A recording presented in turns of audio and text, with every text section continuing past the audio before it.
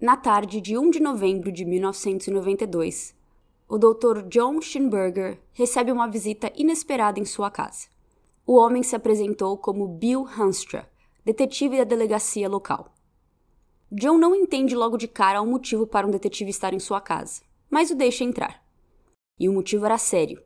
Bill disse que uma paciente no hospital que John trabalhava o estava acusando de estupro.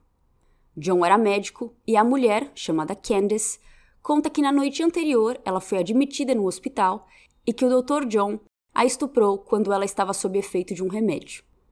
O médico se mostra surpreso e veemente nega. Ele conta que Candace chegou histérica no hospital porque tinha acabado de brigar com o namorado e pedindo por um remédio calmante. Ele usou um sedativo para acalmá-la e, após administrar a injeção nela e a deixando descansar em um quarto, ele continuou trabalhando até o final de seu turno e foi para casa. O detetive termina seu pequeno e casual interrogatório na casa do médico pedindo por uma amostra de DNA, e John aceita. Ele diz: "Me fale onde e quando, e eu estarei lá." Junto a um funcionário do laboratório da polícia, o detetive Bill marca um horário para John fornecer a amostra e o médico cumpre sua palavra, comparecendo e dando alguns ml de seu sangue, retirado pelo técnico de laboratório em uma veia de um dos braços de John. Candace, quando fez a denúncia, entregou sua calça e calcinha para o detetive Bill, para que ele pudesse extrair o DNA masculino da pessoa que a estuprou e para que pudessem comparar com o suspeito. O resultado logo volta e é negativo. O DNA das roupas de Candace e o DNA de Dr. John não combinavam. John pensou que estava tudo resolvido. Ele foi prestativo com a polícia, deu depoimento e forneceu seu DNA, que comprovava que ele não era o culpado pelo suposto estupro da moça. Mas essa história ainda não tinha acabado. Ele recebe uma segunda visita inesperada do detetive Bill em sua casa, pedindo por uma segunda amostra de DNA. "Como assim?" John perguntou. "Desde quando é necessário comprovar 2 vezes a minha inocência?" Ele se sente irritado com o pedido, mas aceita fazer um segundo teste. Ele também diz para o detetive que existem 2 possíveis explicações para a alegação de Candy. Primeiro, ele explica que o medicamento, Versed, tem um efeito colateral que é a alucinação, então ela pode ter imaginado esse acontecimento. Segundo, que ela pode gostar dele e tá inventando essa história para conseguir algum dinheiro. A esposa de John entra na conversa dessa vez, concordando com John, dizendo que Candace estava mentindo e estragando a vida deles. Bom, para o segundo teste de DNA, o detetive Bill decidiu supervisionar a coleta. Ele não estava presente na primeira vez, apenas o próprio John e o funcionário do laboratório. John ficou sentado na frente de Bill, que viu todo o processo. Ele rolando as mangas para cima, o técnico escolhendo a veia, colocando a agulha, pegando o sangue e fechando o tubinho. O técnico termina o processo colocando as iniciais de John no tubinho e entregando diretamente para Bill encaminhar para análise. Eu não tenho informação de quanto tempo demorou para o resultado do primeiro teste chegar. Imagino que tenha sido mais rápido. Mas esse segundo demorou 6 meses. Então, após 180 dias de espera, o resultado mais uma vez mostrou que o DNA das roupas de Candace e o de John não eram o mesmo. Agora sim, finalmente. John pensou que agora essa história que abalou sua família e reputação tinha acabado. 2 exames de DNA, os 2 negativos, a polícia não podia em sã consciência ficar enchendo o saco dele ou dando ouvidos a essa mulher. Até hoje, DNA é visto como a prova mais forte de um caso, para acusar ou exonerar alguém. E aqui, John se sentia devidamente exonerado. E essa sensação durou por 5 anos, até que em 1997, John é sentenciado pelo estupro de Candace.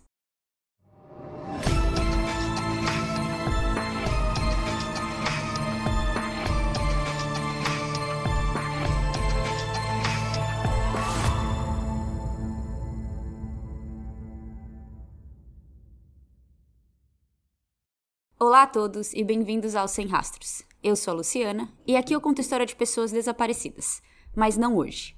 Hoje eu tenho um convidado especial pela segunda vez aqui no podcast, que é o meu papi Daru Piffer. Oi, papai. Oi, tudo bem, pessoal?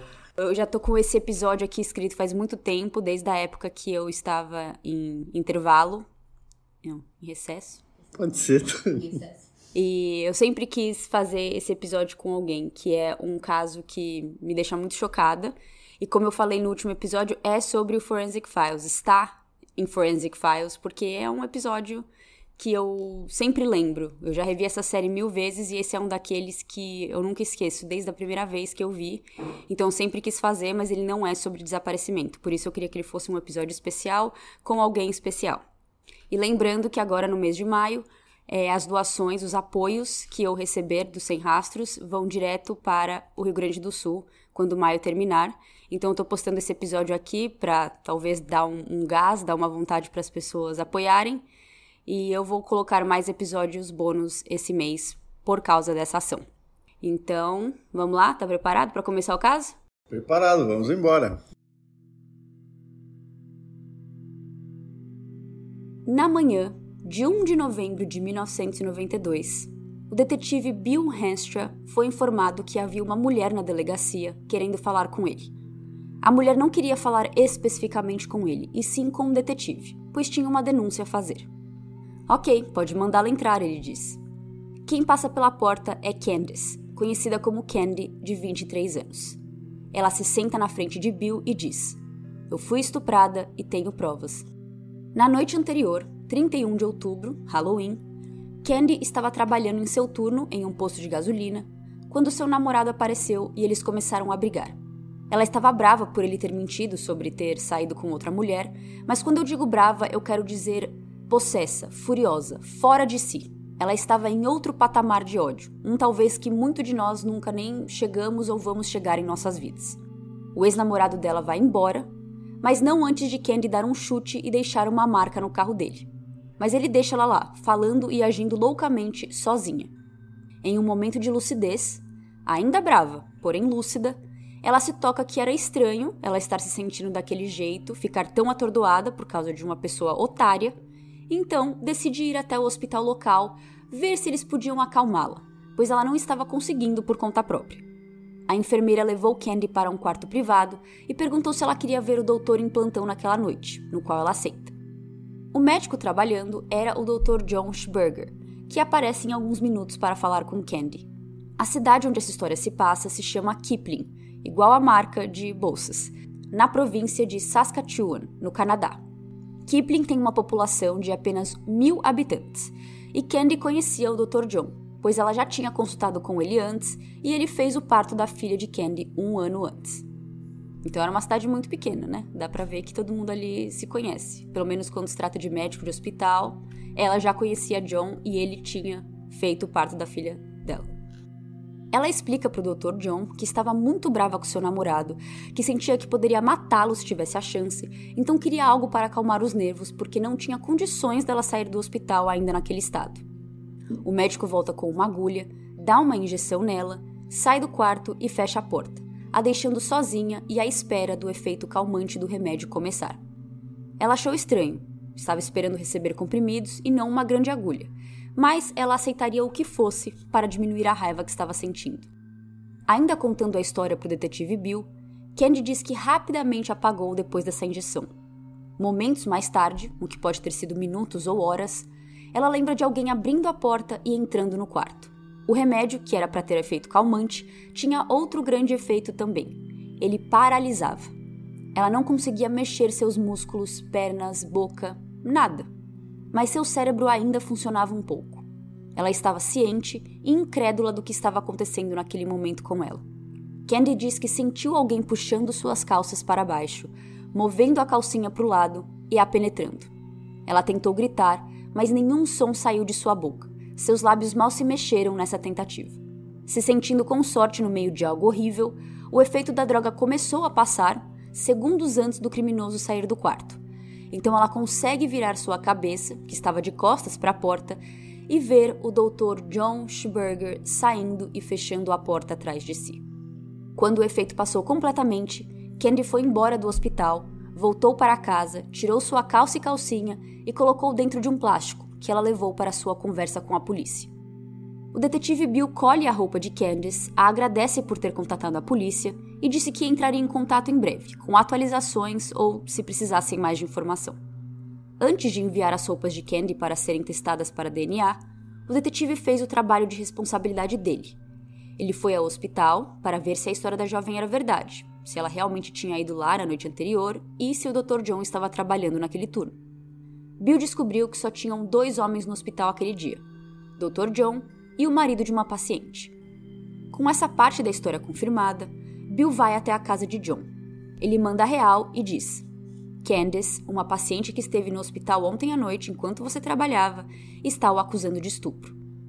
Dr. John se mostra surpreso e nega, contando que Candace estava histérica quando chegou no hospital, que ele usou um sedativo chamado Versed para acalmá-la e que após administrar a injeção nela, ele continuou trabalhando até o final do turno e foi para casa.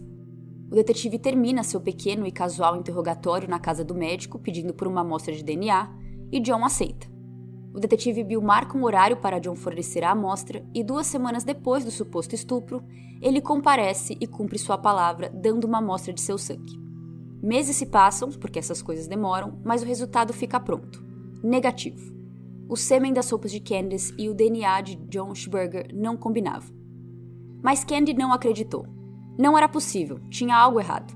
Será que o laboratório trocou a amostra com alguma outra? Será que o resultado, a pessoa que confere essas coisas não se confundiu? Candace disse para Bill: você precisa fazer esse teste de novo. Foi ele. Eu sei que ele me estuprou, não tem outra possibilidade.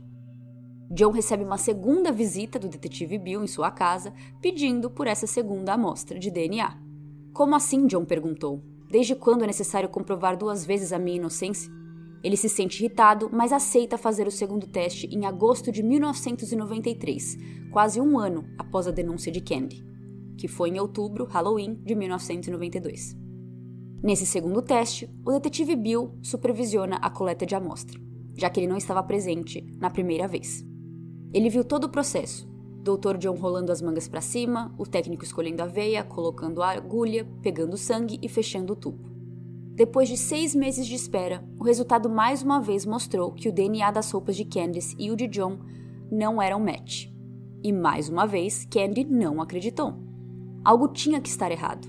Esse laboratório não era confiável, eles estavam trocando amostras. Algo de errado não estava certo. Ela não podia ter se enganado. Ela não tinha imaginado coisas. Suas roupas tinham o DNA de um homem. Ela claramente foi estuprada. E ela também tinha certeza que tinha sido o Dr. John. Então por que os exames não estavam indicando isso?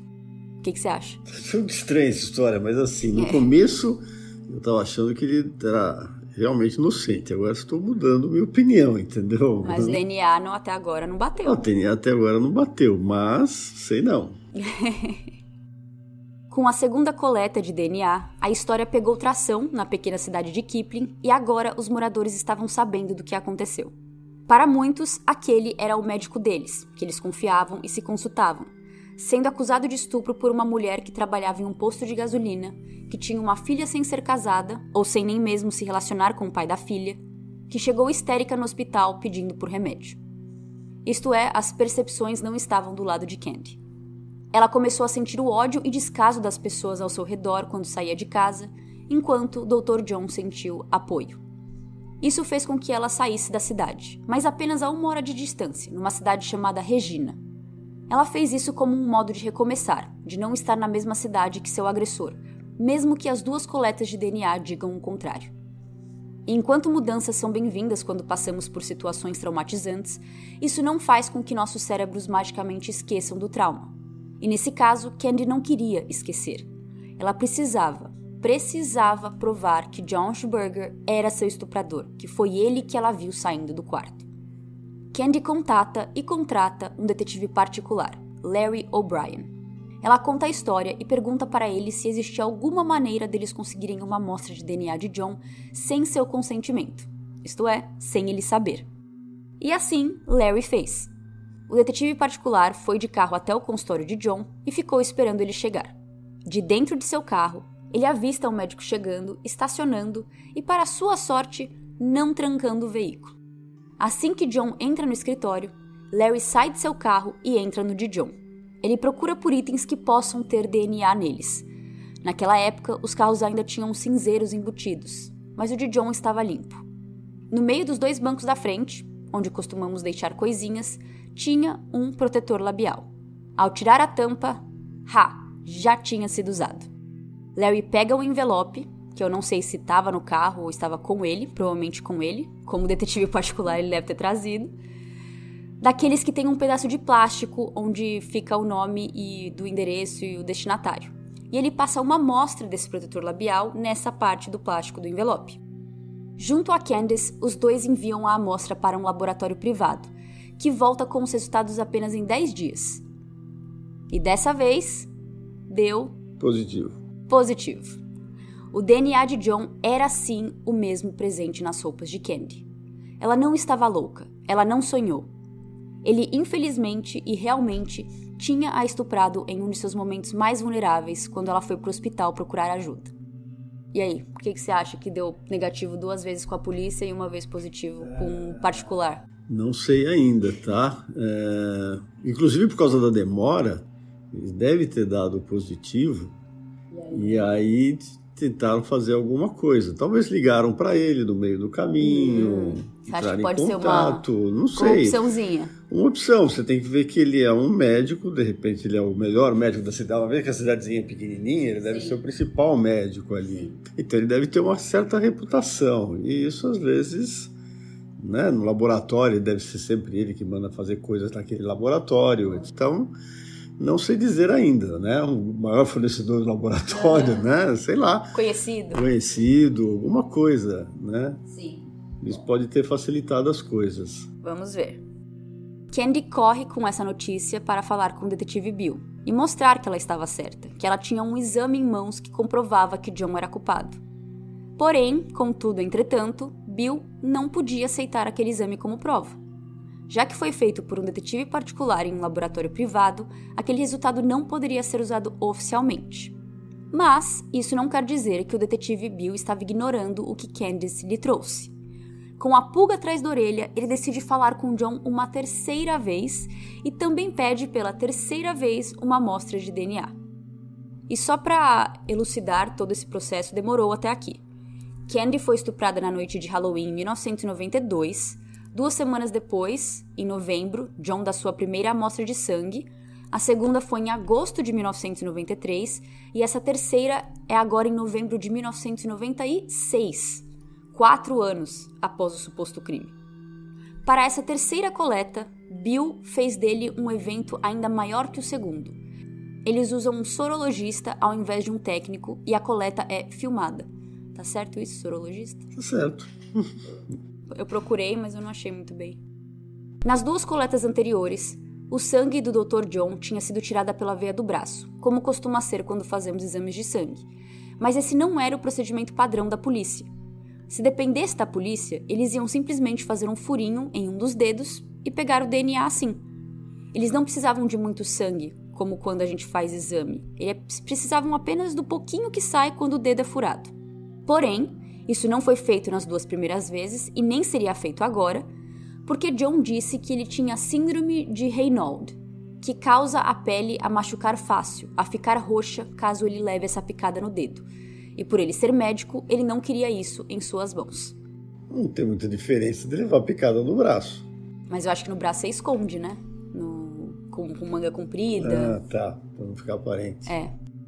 Para explicar um pouco melhor, segundo o website da rede Dor São Luís, a doença de Raynaud faz com que vasos que irrigam as extremidades, ponta de dedo, nariz, orelhas, se contraem ao receber estímulos, como baixas temperaturas, fazendo com que o sangue não chegue ao destino, causando sintomas de descoloração ou cianose, que é aquela cor azul-roxo devido à falta de oxigênio.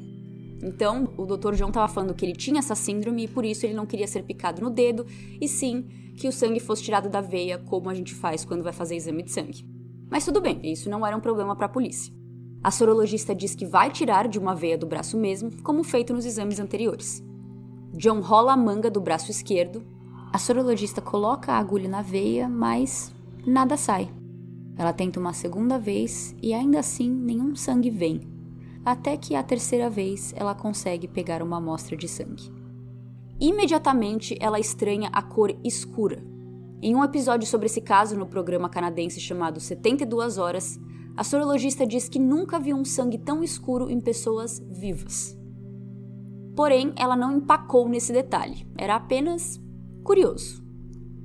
Com a extração feita, eles enviaram a amostra para o laboratório e, ao contrário das 2 outras vezes, o resultado não deu negativo. mas também não deu positivo. Na verdade, eles não conseguiram extrair DNA do sangue para comparar com as roupas de Candy e nem mesmo das amostras anteriores. Essa terceira amostra foi considerada de qualidade ruim para ser analisada. Eu achei em alguns jornais da época que essa terceira amostra também deu resultado de negativo, mas no programa 72 Horas diz que deu inconclusivo. O que é diferente.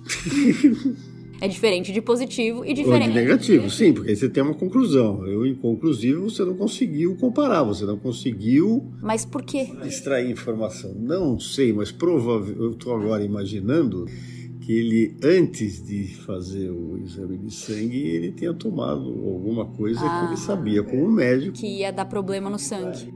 É. Uma boa teoria. Pode ser. Vamos em frente. Bom, mais uma vez, a história de Candy acaba inacabada. 2 resultados negativos, um particular positivo e agora o último inconclusivo.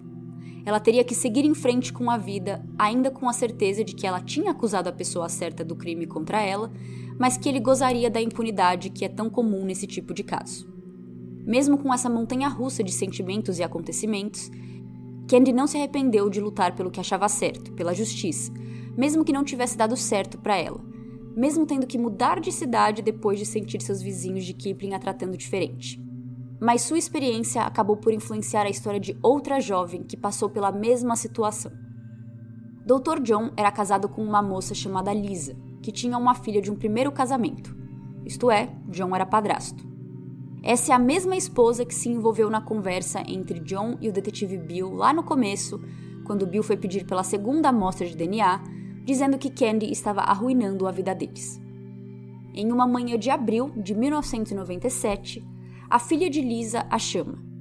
A jovem, que tinha 15 anos, leva a mãe para o seu quarto e aponta para a cama, que tinha uma camisinha aberta em cima no meio dos lençóis. Ela toma toda a coragem que tem e finalmente conta que por 2 anos John a assediava sexualmente. Na noite anterior, a adolescente não estava se sentindo bem, então seu padrasto deu uma injeção para ela dormir. Assim como Candy, ela não se lembra de muito, mas sabe que algo aconteceu, com a camisinha sendo uma evidência. E aquela não tinha sido a primeira vez que isso aconteceu com ela ou que John dava essa injeção nela. Quando Lisa perguntou por que a filha não tinha contado isso antes, ela diz: "Você não acreditou na Candice, por que acreditaria em mim?" Tenso, né? Tenso. Pois é. Mas o fato isso é lógico, o estuprador, ele não estupra só uma pessoa, né? O estuprador, ele... Difícil. E ele ainda aproveita da sua categoria de médico para usar os remédios, para ter uma posição de poder. Exato. Lisa apoiou a filha, dessa vez, e imediatamente denunciou seu marido para a polícia. Junto com a denúncia, ela também deu várias caixas pertencentes ao seu futuro ex-marido, que continham várias coisas médicas como agulhas, paninho de álcool e também camisinhas e remédios, incluindo aquele chamado Versed. Imagino que pela vítima ser menor de idade, a polícia foi rápida em deter John, o prendendo em seu trabalho durante o dia. Ele agora não tinha mais escolha como ou quando ele daria as amostras de DNA. E em dezembro de 1997, a polícia logo colheu suas 4ª, 5ª e 6ª amostras. Uma de sangue, uma da saliva e uma do cabelo. O detetive Bill disse que a expressão de John foi diferente das outras 3 vezes que ele voluntariamente deu sangue. Todas as 3 amostras novas combinaram com o DNA da camisinha deixada na cama da enteada do John, mas ele não aceitou um acordo. Ele foi então preso, se declarando inocente, e o caso foi para julgamento. Quando crimes vão para julgamento, a preparação tanto da acusação quanto defesa são bem profundas e extensas, principalmente da acusação, para não dar margem de inocência para o réu. E quando o julgamento começou, em setembro de 1999, mais detalhes emergiram e uma pergunta que talvez não teria tido resposta, caso John tivesse aceitado algum tipo de acordo, foi respondida.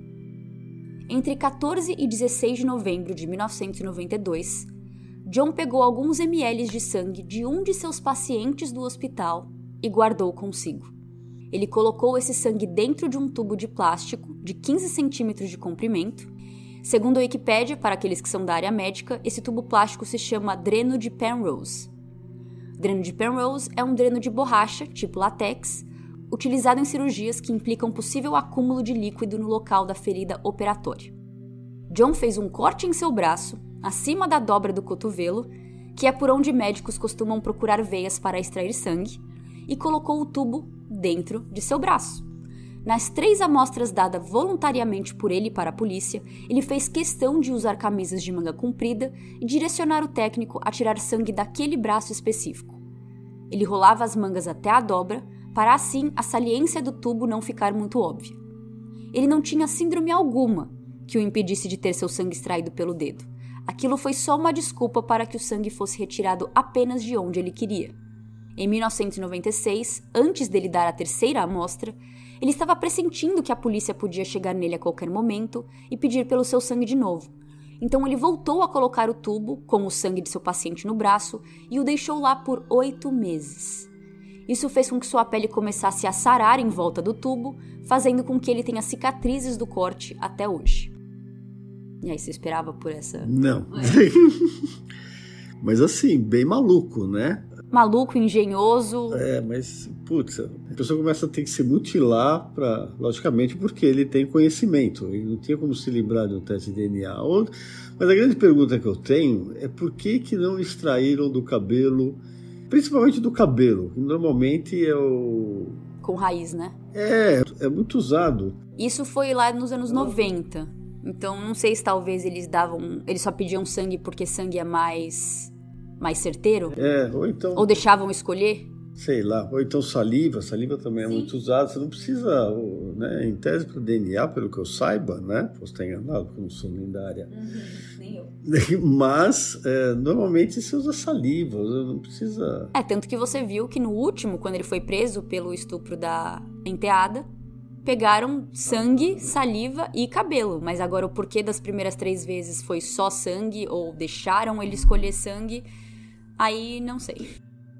Em algum momento antes do julgamento, esse paciente no qual o Dr. John roubou o sangue deu uma amostra sua para a polícia que confirmou que aquele sangue que John estava usando realmente não era dele próprio e sim desse paciente.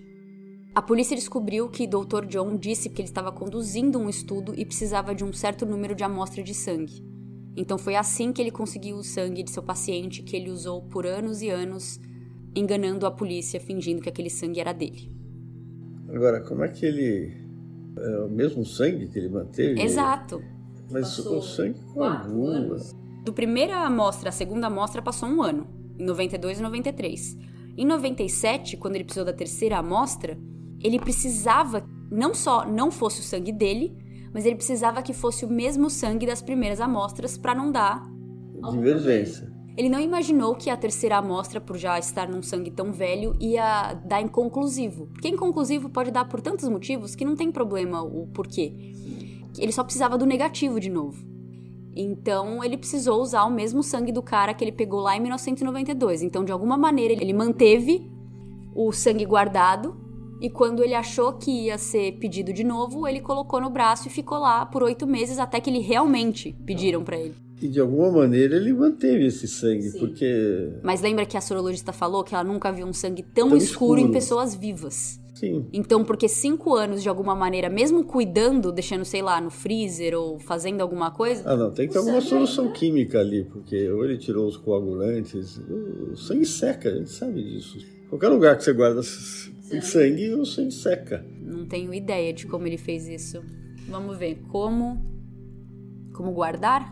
Como preservar. Como preservar. Uma amostra de sangue por muitos anos. Caixas térmicas. Fala de congelar e fala de criogenia. Fala de coisa que você precisa fazer para manter... Uma criogenia é manter temperaturas extremamente baixas.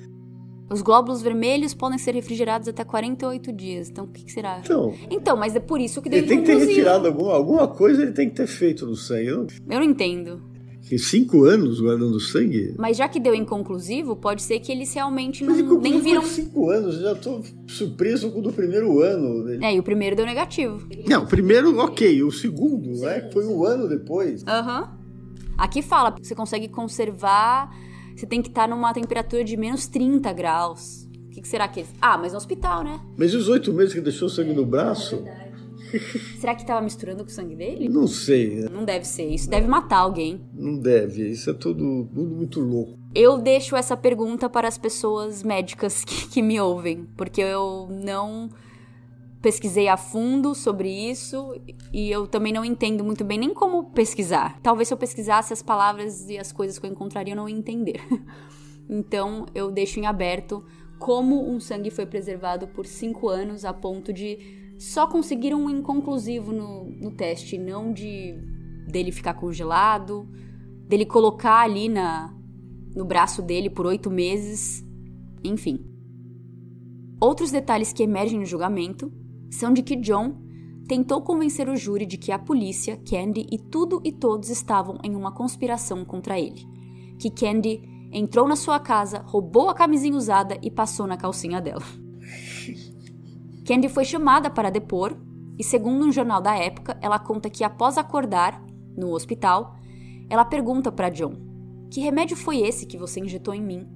E ele responde: "Por quê? Você teve sonhos loucos?" Agora entramos no assunto da droga em si. O que John deu para Candy e a sua enteada, que ele usava como um modo de paralisar suas vítimas para poder estuprá-las? Versed, soletrando Versed, é o nome da droga que ele usava, que é o nome comercial. O nome genérico é midazolam, e segundo a Wikipédia, é um medicamento da classe dos benzodiazepínicos e seus principais efeitos são ansiolíticos, relaxamento muscular, amnésia e em altas doses pode causar hipnose. É uma droga muito utilizada como sedativo em cirurgias extensas. O midazolam pode ser administrado via oral, endovenosa, que é direto na corrente sanguínea, ou intramuscular, que é a injeção. No site americano da Cleveland Clinic, falando especificamente da versão injeção dessa droga, o artigo diz: midazolam é uma injeção que ajuda a relaxar ou dormir antes de um procedimento cirúrgico. Funciona ajudando o sistema nervoso a se acalmar e também pode bloquear a memória do procedimento.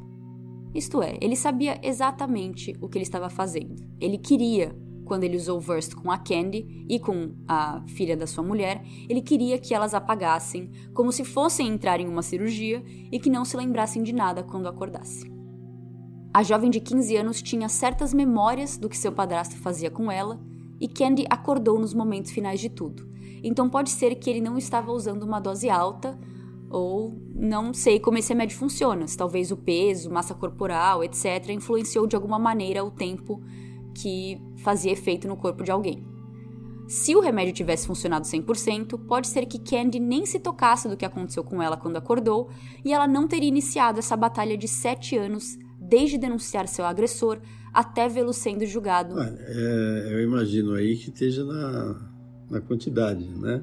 Pelo visto, é bem forte esse remédio. E por ser bem forte, se você errar na dose, a pessoa pode ficar muito tempo apagada. Então, assim, ele dava uma dose necessária o suficiente para o tempo que ele ia fazer o estupro, entendeu? E aí, logicamente, varia um pouco de pessoa para pessoa. Umas ficam alguns minutos a mais, outras a menos, etc e tal. Então, eu penso por aí. E além do mais, né? Ele deve ter dado, alguém chegou precisando de calmante, é tudo que eu precisava. Porque, na realidade, não dá calmante, né? Ele ceda a pessoa. Exatamente. Não foi só calmante, ele aproveitou a oportunidade. Talvez aquela noite ele não tinha planos de cometer o crime aquela noite. Claramente ele é um estuprador, então Sim. Em algum momento ele ia fazer de novo. Mas quando ele viu alguém histérica, precisando de um calmante, entre aspas, ele foi lá e dopou a pessoa e fez o que fez. Exatamente, aproveitou a oportunidade. Uhum. Após 3 semanas de julgamento, John foi sentenciado a 6 anos de prisão por administração de drogas estupefacientes pelo estupro de 2 mulheres. Então ele foi preso pelo estupro da filha, mas com o passar do julgamento, ele, com todas as provas da Candy, ela testemunhando e o júri sentenciando ele foi sentenciado pelo estupro das 2 mulheres. E foi condenado também à obstrução da justiça por falsificação de DNA. Mas como você vê, ele foi sentenciado a apenas 6 anos, que não é muito. Eu, pelo menos, não considero muito. Candy, que gastou $140 mil canadenses em honorários advocatícios, entre outros gastos, disse que a sentença foi menor em tempo do que o tempo que ela esperou para receber por justiça. Ele pegou 6 anos e ela esperou por esse momento por 7.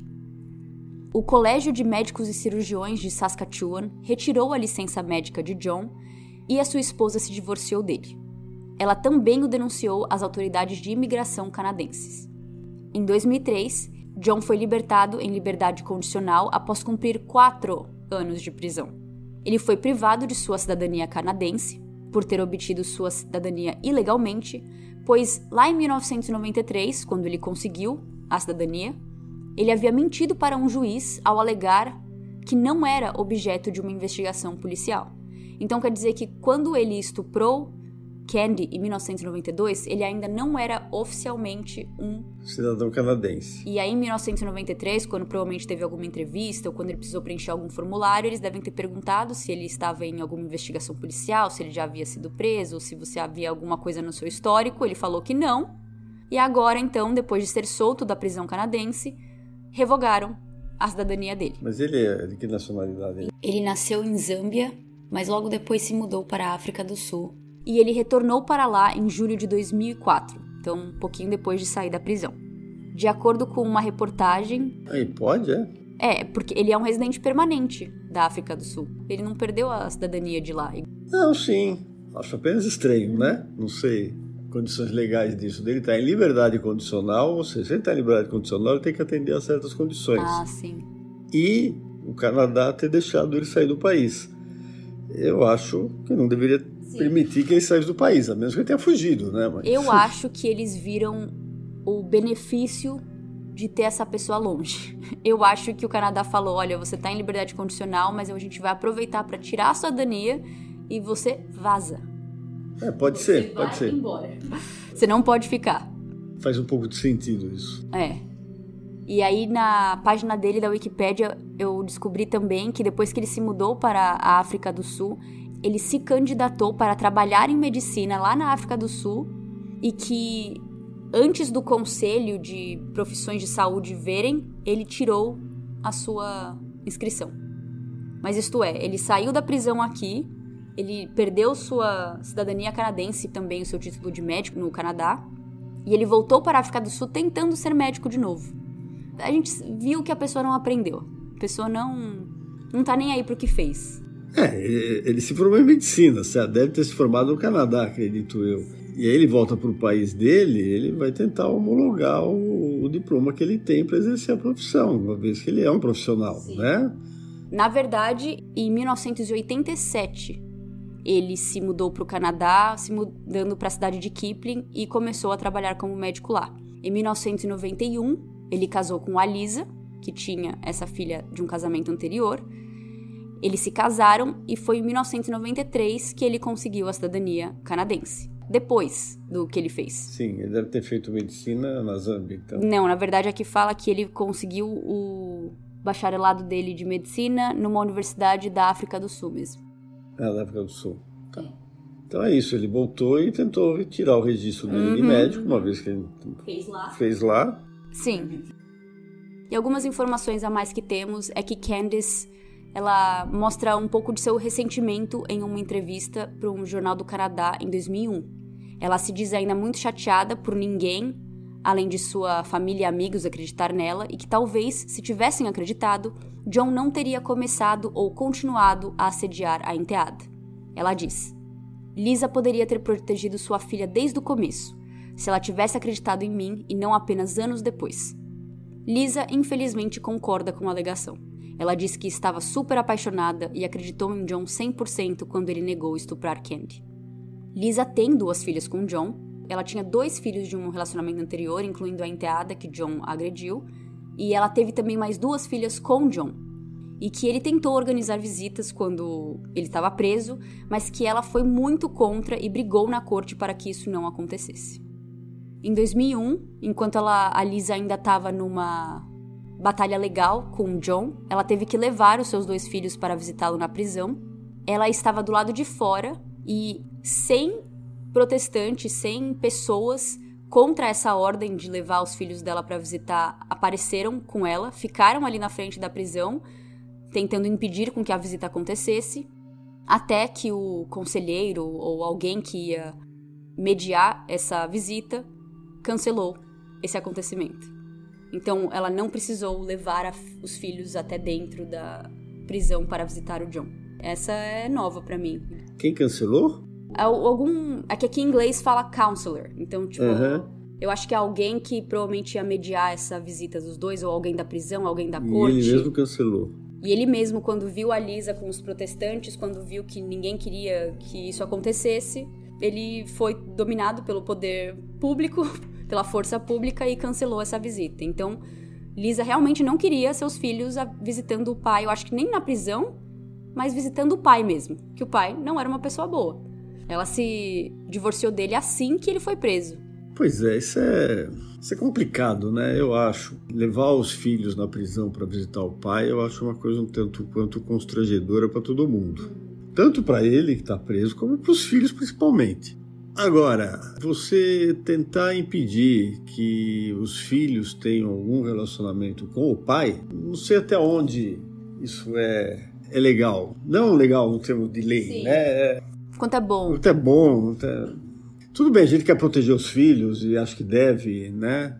Mas assim, é uma questão meio polêmica. Eu não tenho opinião formada para dar uma... Porque aqui entra... Se a gente estiver falando só do fato de um parente estar limitando os filhos de ver o outro parente, não é legal.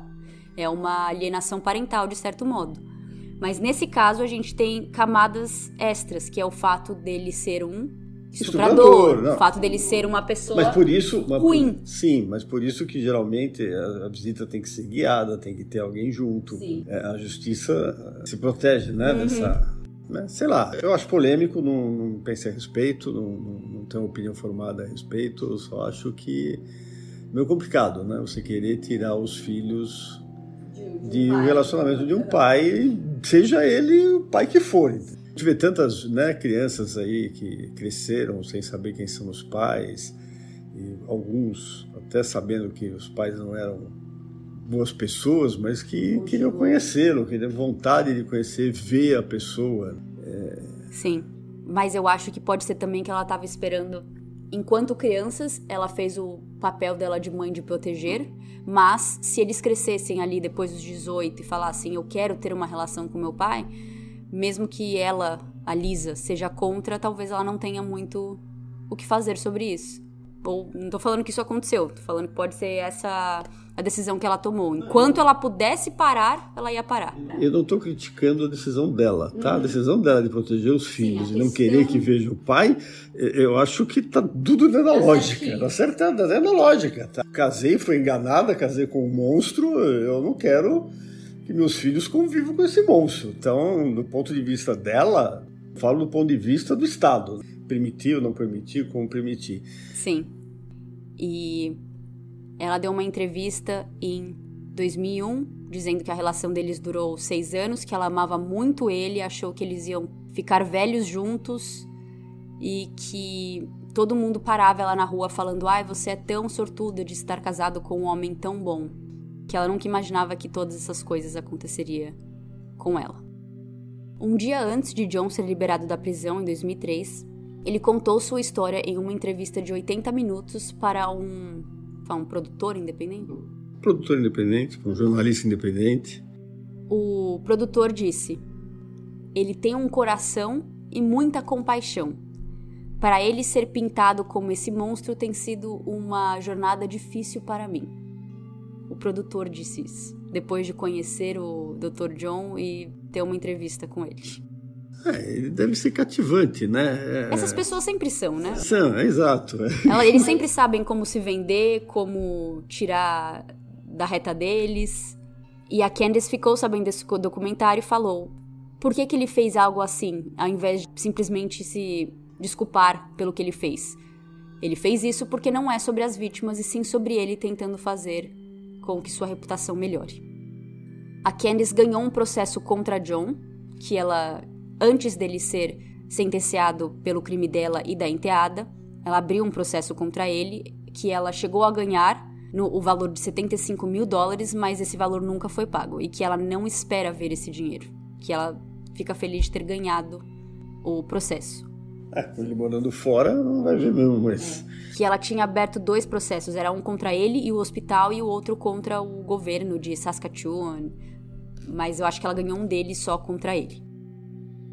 Essa foi a história de Candy, da filha de Lisa, de John Schberger, e a história de como ele tentou e quase conseguiu se livrar de seus crimes, mas que a sua enteada e a tecnologia o prendeu. E aí, o que achou da história? Eu tô passado, essa fórmula da tentativa de burlar, colocando um tubinho dentro do braço e ninguém ter percebido e ele ter direcionado a pessoa para onde ele tinha que fazer o furo, que não era uma veia. Então, a pessoa quando vai tirar sangue da gente, qualquer enfermeira, ela procura a veia, né? Faz a punção, etc e tal, procura a veia. Como é que ele conseguiu direcionar o cara para fazer o furo onde estava o tubinho de... Mas ele colocou por dentro. Sim, mas ele colocou dentro de uma bolsinha, dentro de um... Sim, ela vai ter que furar aquilo ali. Ela tem que furar ali, para tirar o sangue dali. Como é que ele induziu tudo isso? Inclusive na frente a primeira vez não estava o detetive, na segunda vez o detetive estava presente. Como é que ele direcionou tudo isso para não... Não, mas até da terceira vez foi filmada. E na terceira vez, mesmo a sorologista falando que achou estranho o sangue ser tão escuro, o processo de tirar em si, ninguém falou nada.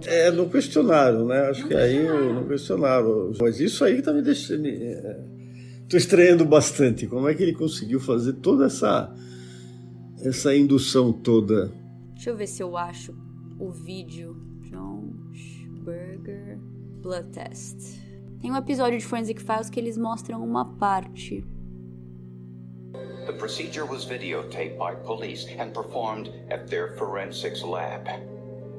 The technician wants to take blood from his finger, but the doctor politely refuses, saying he has a disease that would cause his hands to bruise. E foi nesse momento eles pediram para fazer pelo dedo e ele falou não, porque eu tenho a síndrome de Raynaud. Since this is a voluntary test, the doctor can't be forced to do anything against his will. So the technician inserts a needle into his left arm instead. Nothing comes out. Primeira vez ela colocou uma agulha e nada saiu. The vein was larger, or appeared much larger than I would have expected. Primeiro ela colocou a agulha e nada saiu. Não vinha sangue. E agora ela tá falando, a veia era muito maior do que o normal. She tries another tube.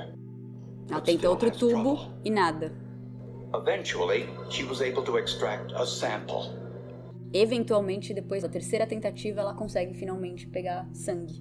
Ela fala que é estranho, esse sangue não parece fresco. Esse é o terceiro. Essa é a terceira voluntária. Mesmo assim, só no julgamento é que isso veio à tona, né? A gente tem essa gravação que mostra que eles acharam estranho, que eles acharam algo estranho, mas não a ponto de prendê-lo ou de investigar mais a fundo. Porque tanto que depois disso, isso tudo aqui foi antes da enteada falar pra mãe o que estava acontecendo. Ah, tá, é verdade. Isso aqui foi depois da amostra que o detetive particular. Exatamente. Então quer dizer que eles pegaram essa amostra, viram que era inconclusivo e praticamente falaram, Candy, acabou, não tem o que fazer.